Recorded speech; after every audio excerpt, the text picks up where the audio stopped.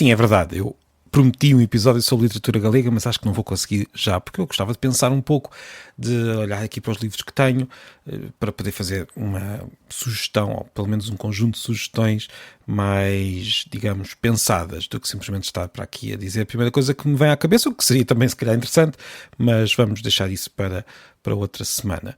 De qualquer forma, se alguém estiver com muita urgência em ler um livro em galego, e eu aconselho vivamente essa urgência, podem começar pelo Lápis do Carpinteiro de Manuel Rivas. Fica a sugestão. Olha, esta semana que já me levou a ir à Galiza e a voltar, que já nos levou a falar da direção da Terra, para cima ou para baixo, que, enfim, já foi uma semana um pouco geográfica, digamos assim, leva-me a querer acabar a semana, neste feriado de sexta-feira, a falar de outra viagem. Estou a basear-me num texto que escrevi há uns tempos sobre viagens pelos 5 países minúsculos da Europa, que também dava um livro. Esta semana foi cheia de livros inventados. Vamos voltar aos livros verdadeiros muito em breve, mas neste caso podemos imaginar um livro de viagens que passe pelos 5 países minúsculos. E quando eu digo 5 países minúsculos, estamos a falar de países com menos de 100 mil habitantes, o que exclui, por exemplo, países como Malta, que é um país muito pequenino, é verdade, mas que tem quase meio milhão de habitantes, e exclui também o Luxemburgo, que comparado com estes países que vamos falar hoje, é um gigante. O Luxemburgo é um gigante. Portanto, para começar a nossa viagem, começamos no país minúsculo que está aqui mais perto de nós, Andorra. Andorra, na verdade, é o maior destes 5 países minúsculos e o único que tem mais de 50 mil habitantes. É um país que ocupa um espaço estranhamente muitos portugueses, porque há muitos portugueses que não acreditam na existência de Andorra. Claro, acreditam na existência de um sítio chamado Andorra, mas muitos acham que é uma espécie de pseudo-país, que não é bem um país, que pertence na verdade à Espanha ou à França, anda ali mentalmente ali num território um pouco vago, mas não. Andorra é um país independente, faz parte das Nações Unidas, tem soberania como qualquer outro país, tem um tratado de assistência mútua, digamos assim, entre Andorra, Espanha e França, que foi assinado no princípio dos anos 90, tem fronteiras, tem um parlamento, tem um governo e tem um chefe de Estado que na verdade são 2 pessoas. E o chefe de Estado é o bispo da Seu de Urgell, na Catalunha, e o presidente da França, por razões que agora não vêm ao caso. Na verdade, o presidente da França é de facto um dos chefes de Estado de Andorra, é um príncipe, considerado príncipe, tal como o bispo, são os 2 co-príncipes, mas isto não quer dizer que Andorra tenha menos independência que muitos outros países. O Canadá tem como chefe de Estado Carlos III, rei do Reino Unido, e isso não quer dizer que o Canadá não seja um país. Agora, o interessante em Andorra, quer dizer, há muita coisa interessante em Andorra.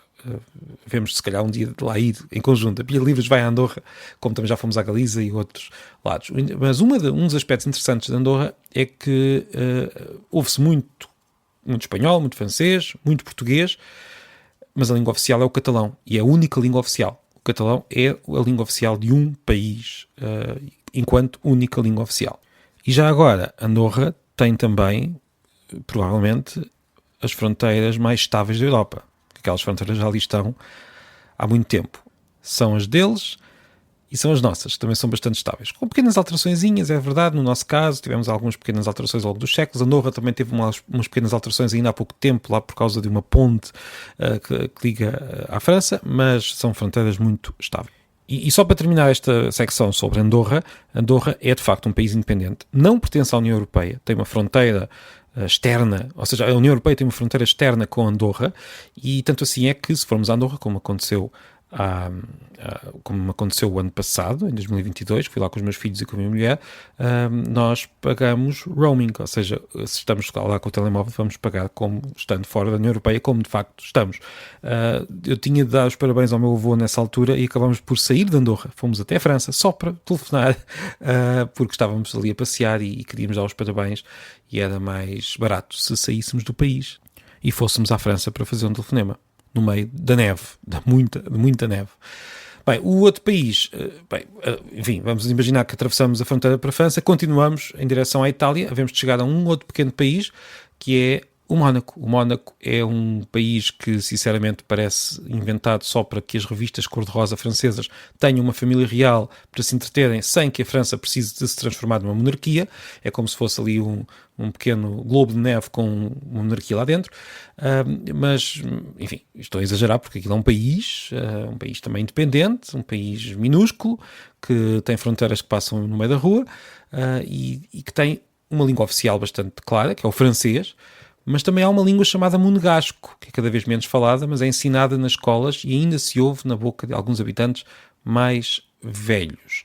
É uma língua que está mais ligada ao sistema de línguas e dialetos da Itália do que da França, para dizer a verdade. Deixamos o Mónaco, passámos mais tempo em Andorra do que no Mónaco, mas é vida, e vamos até ao Liechtenstein, que é outro dos 5 países minúsculos. Mais uma vez, tal como Andorra e o Mónaco, é um principado. É engraçado como muitos destes pequenos, nem sequer são pequenos países, estes micro-países, chamam-se a si próprios principados como se não tivessem coragem de usar outro termo, como reino ou república. Há outro país que se chama república neste grupo, mas já lá chegamos. Bem, o Liechtenstein é das poucas monarquias do mundo em que o monarca, o príncipe, ainda tem poderes reais, não é só uma figura que está ali.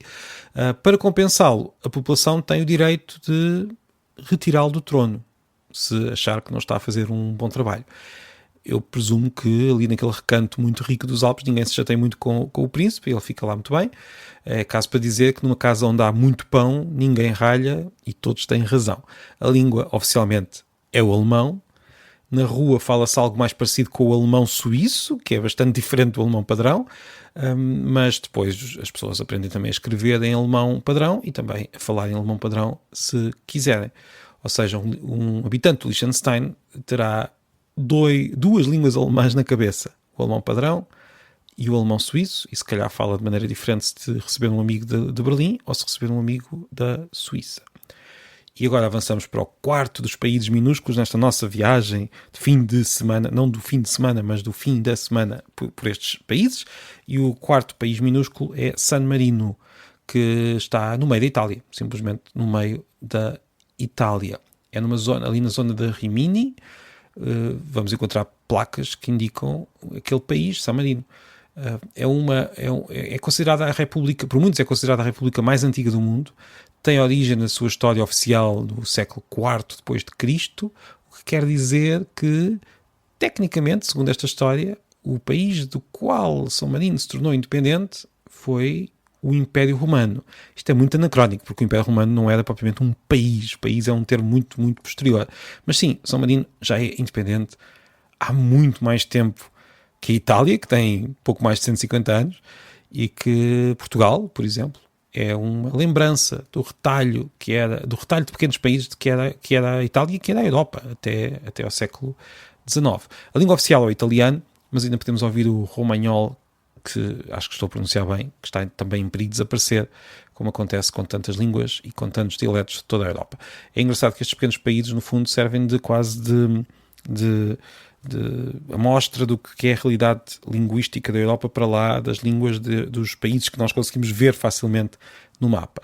E avançamos para o quinto pequeno país, ou país minúsculo, que é o Vaticano, o mais pequeno país do mundo, o mais pequeno país da Europa, claro, da Europa e do mundo. Está não só dentro de Itália, como dentro de uma cidade. É uma parte de Roma que é independente. A Roma é a única cidade do mundo que tem um país lá dentro. E por isso tem, como no país não cabem as embaixadas, né, dentro do Vaticano, Roma tem embaixadas a dobrar. Portanto, há uma embaixada de cada um dos países, uma embaixada que é junto de Itália, mas também junto do Vaticano. E em geral são embaixadas diferentes. O Vaticano está sob a soberania da Santa Sé, que é digamos, a Diocese de Roma, mas que é também a instituição que governa a Igreja Católica. E é essa instituição que tem relações diplomáticas com os outros países. Portanto, na prática, as embaixadas, na verdade, são junto de Itália, como se diz, e junto da Santa Sé, que governa o Vaticano e ainda governa mais umas quantas igrejas espalhadas por Roma. Agora, apesar do Vaticano ser governado pela Santa Sé, a verdade é que são duas entidades diferentes. A Santa Sé tem como língua oficial o latim, mas o Vaticano, enquanto país, enquanto Estado, tem como língua oficial o italiano. Há que dizer também que o latim usado pela Santa Sé não é exatamente o latim do Império Romano. É o latim desenvolvido pela Igreja Católica nos últimos 2000 anos, que tem diferenças bem marcadas, a começar pela pronúncia, que não é a mesma da altura dos romanos. Por exemplo, Cícero era dito pelos romanos como Cícero e é dito no latim atual da Igreja Católica algo como Cícero. Penso que será assim a pronúncia. Ou seja, num território tão pequeno, mesmo assim existem por lá duas línguas. É assim a vida. Os países, na verdade, muito raramente têm só uma língua, e isso até se aplica ao mais pequeno país do mundo. E pronto, são estes os 5 países minúsculos atuais da Europa, e apeteceu-me dar esta volta nesta sexta-feira. Espero que tenha gostado e aproveito para desejar um ótimo feriado, um ótimo fim de semana, e voltamos na segunda-feira para mais pilhas de livros todos os dias, e vamos ver o que é que vai acontecer para a semana. Muito obrigado e agradeço mais uma vez, depois desta semana tão agitada, todos os comentários e toda a simpatia das pessoas que costumam ouvir a Pilha de Livros. Obrigado e até breve.